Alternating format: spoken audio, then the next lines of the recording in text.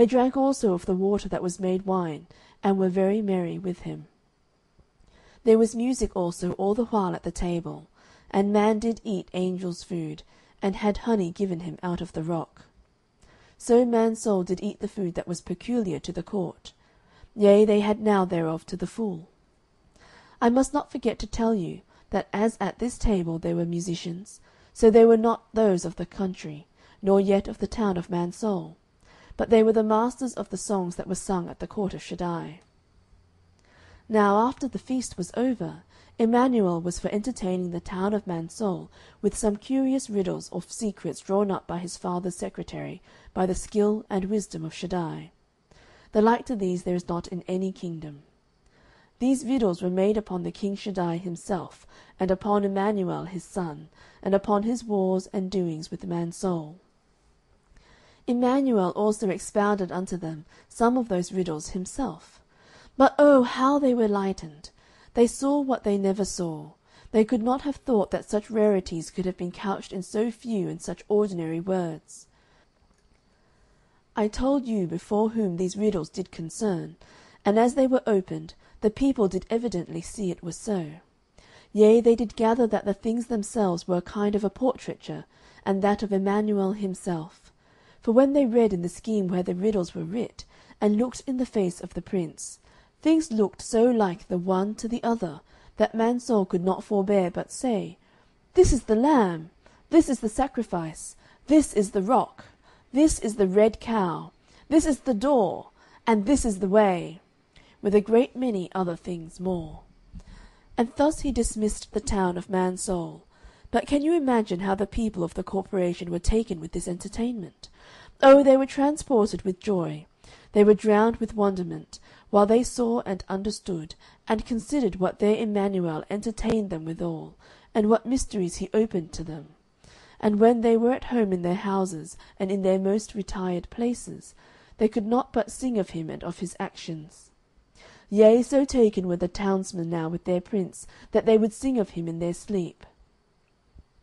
Now it was in the heart of Prince Emmanuel to new model the town of man's soul, and to put it into such a condition as might be most pleasing to him, and that might best stand with the profit and security of the now flourishing town of man's soul.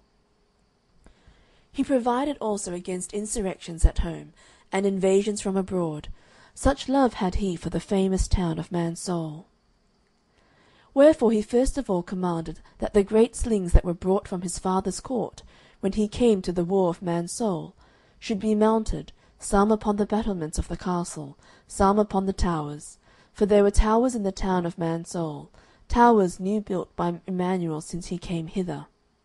There was also an instrument invented by Emmanuel, that was to throw stones from the castle of man's soul out at Mouth Gate, an instrument that could not be resisted, nor that would miss of execution.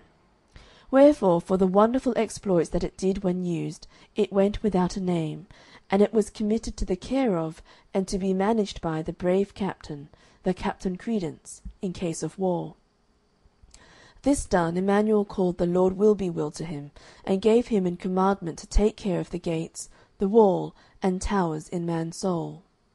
Also the prince gave him the militia into his hand, and a special charge to withstand all insurrections and tumults that might be made in man's soul against the peace of our lord the king, and the peace and tranquillity of the town of man's soul. He also gave him in commission that if he found any of the Babylonians lurking in any corner of the famous town of man's soul, he should forthwith apprehend them, and stay with them, or commit them to safe custody, that they may be proceeded against according to the law. Then he called unto him the Lord Understanding, who was the old Lord Mayor, he that was put out of place when Diabolus took the town, and put him into his former office again, and it became his place for his lifetime. He bid him also that he should build him a palace near Ighgate, and that he should build it in fashion like a tower for defence. He bid him also that he should read in the revelation of mysteries all the days of his life, that he might know how to perform his office aright. He also made Mr. Knowledge the recorder, not of contempt to old Mr. Conscience, who had been recorder before, but for that it was in his princely mind to confer upon Mr. Conscience another employ, of which he told the old gentleman he should know more hereafter. Then he commanded that the image of Diabolus should be taken down from the place where it was set up, and that they should destroy it utterly, beating it into powder, and casting it into the wind without the town wall, and that the image of Shaddai his father should be set up again with his own upon the castle gates, and that it should be more fairly drawn than ever, forasmuch as both his father and himself were come to man's soul in more grace and mercy than heretofore.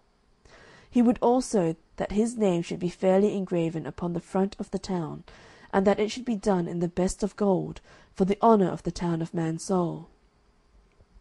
After this was done, Emmanuel gave out a commandment that those 3 great Dibylonians should be apprehended, namely, the 2 late Lord Mayors, to wit, Mr. Incredulity, Mr. Lustings, and Mr. Forgetgood, the recorder.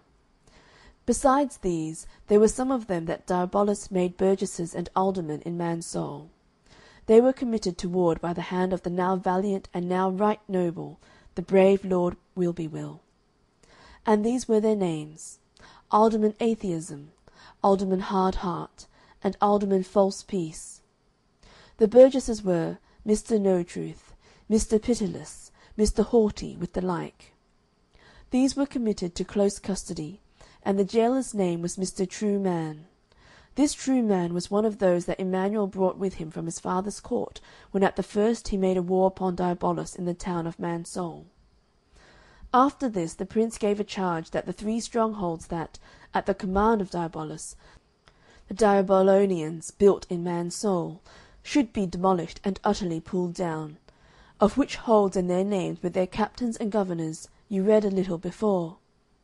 But this was long in doing, because of the largeness of the places, and because the stones, the timber, the iron, and all the rubbish was to be carried without the town. When this was done, the prince gave order that the Lord Mayor and aldermen of Man's Soul should call a court of judicature for the trial and execution of the Dibylonians in the corporation now under the charge of Mr. True Man, the jailor. End of chapter 7.